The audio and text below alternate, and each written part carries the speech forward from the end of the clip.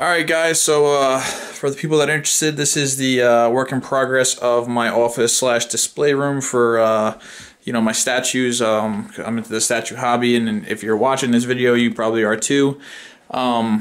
These statues they're each one is its own work of art, and I really want to display them properly and tastefully. So that's why I'm doing this. And could you be like, well, you're dropping so much money into these displays, you could just buy more statues.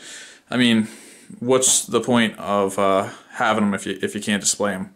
I mean, I have a lot of stuff in storage, and this will help me get a lot more out of storage, but it's just important to me, and I want to be able to sit in my chair at my office, do some work stuff and just be in this atmosphere. So I'm going to run through as fast as possible some of the tips and tricks of doing this.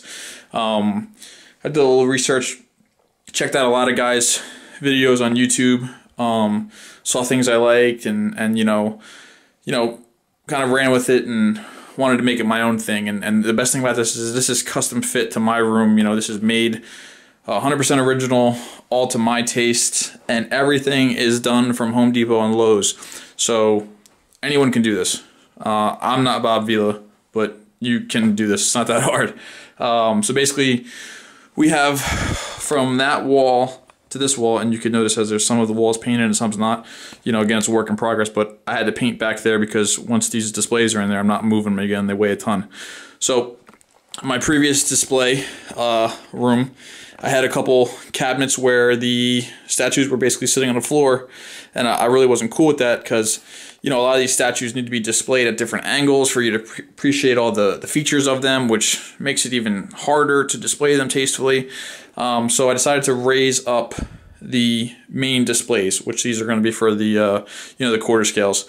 So this is about an 18-inch. Basically, it's almost like a bench that was built. So it's ledger board, 1x3s, because that worked better for this project, and it's made to support all the weight and raise up these displays.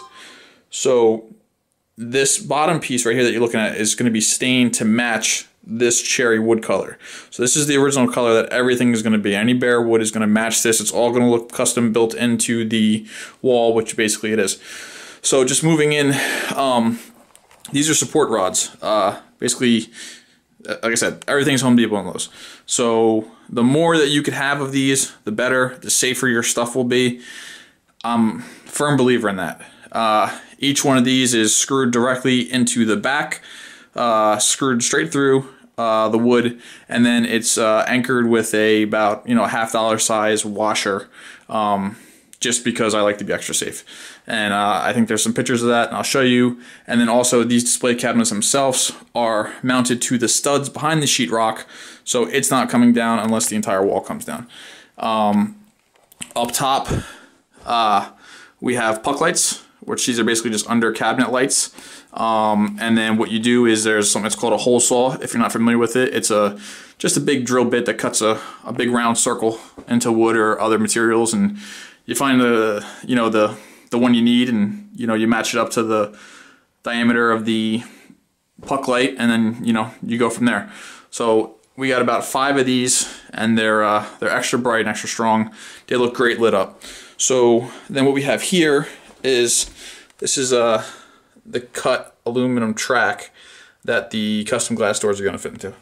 So you can see it's kind of blurring out on you, but you get the idea.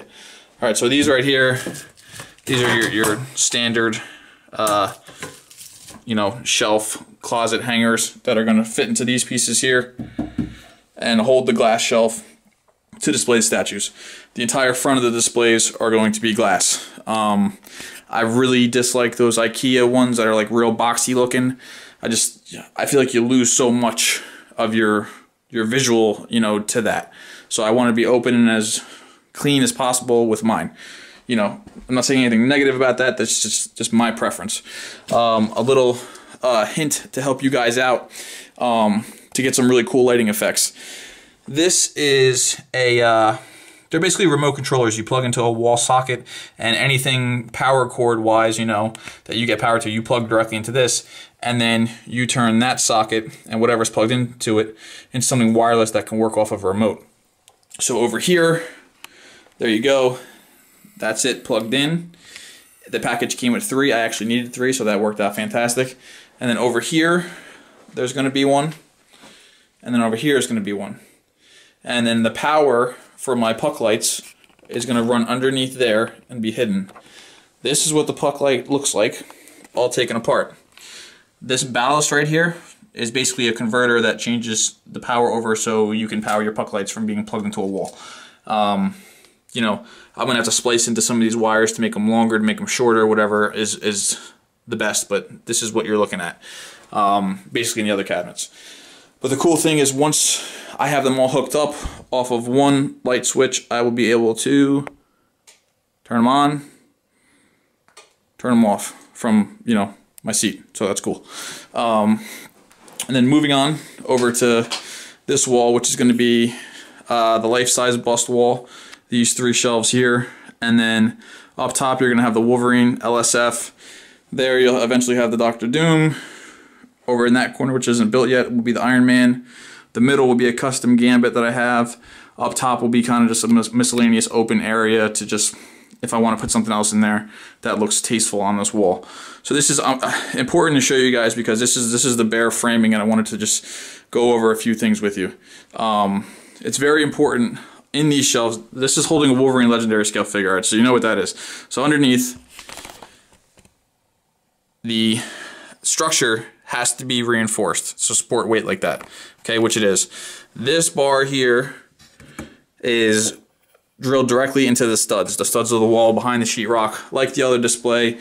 These aren't coming down unless the wall comes down. So you're missing the face boards here. This is still a work in progress. But to save money, be a more cost-effective way, and you know, you don't really need this. This is 1/2-inch finish ply. Finish ply is nice and smooth, like you can see on the wall. It doesn't need sanding. It's going to take the stain really nice and look real pretty. Regular plywood is shit that you don't want to use for this kind of job. The stuff on the wall right there, that is 1/4 inch. It's much cheaper, but it's thinner. So this one, where a piece is going to sit up here, needs the thickness to be more rigid. Even though you have the braces, you know, the skeletal structure, you still need this. Now underneath here, I'm going to put 1/4 inch because I don't need anything, you know, structural integrity there, but it's a good way to cap everything off basically. And then the most important part is to optimize your display with your square inches and your square footage. So over here I have set up, you know, it's all measured so everything will fit right. Custom made for how I like. Now, very important, you know, you could build your shelves and make a wrong measurement and you're not fitting this store in here anymore. And this whole display is shot and you got to break it down and restart from scratch. So over here is a quick tip that I like to give you guys on when you're displaying your statues or you're going to put them in something.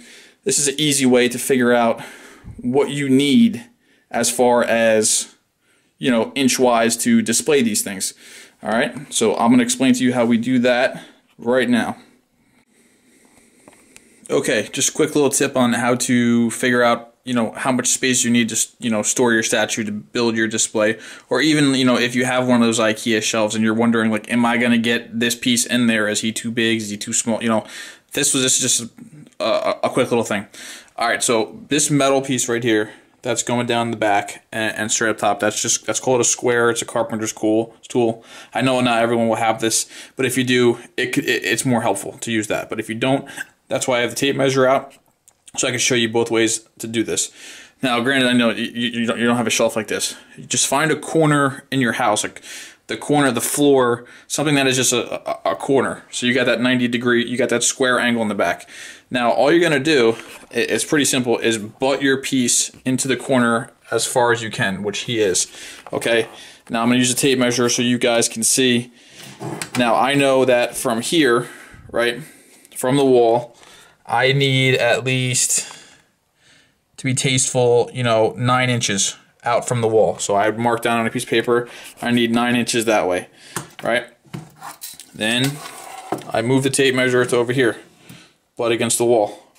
So then on the same piece of paper, I make a note that I need, say, 6.5 to be safe. So I know I need a 9 by 6.5 inch square space to display this guy. Now, you can't always go off of the base, because sometimes, like if you look at the profile here, the face is a little bit slightly further off than the base. Now what you would do in that case is, like say you have something hanging off the base, that's what you're going to want to, you would turn this guy around and butt him to the corner of your wall.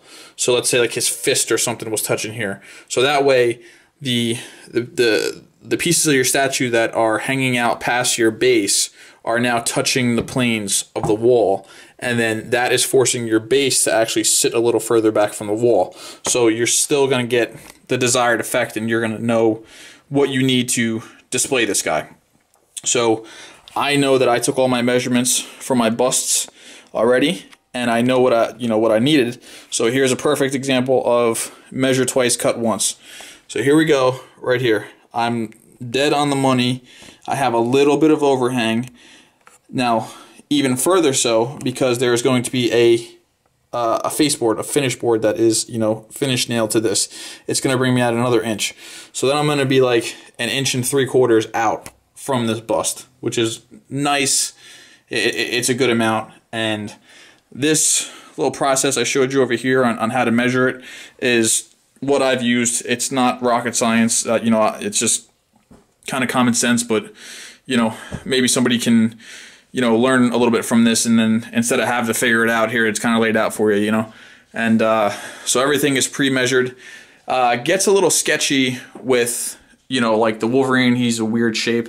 Shit, I don't even have Dr. Doom yet, so I'm just keeping my fingers crossed. And then you always measure your stuff. Do not listen to Sideshow or any statue company's dimensions. Half of Sideshow stuff is wrong. I mean, I went on their webpage because I figured I could just pull up their old archived, stuff and pull the dimensions. Well, then when I actually went and measured the exact pieces, they were wrong. They were off by like 2 or 3 inches, and that'll make or break your project. So just, fun tip, and thanks for tuning in, and thanks for watching. Really appreciate it.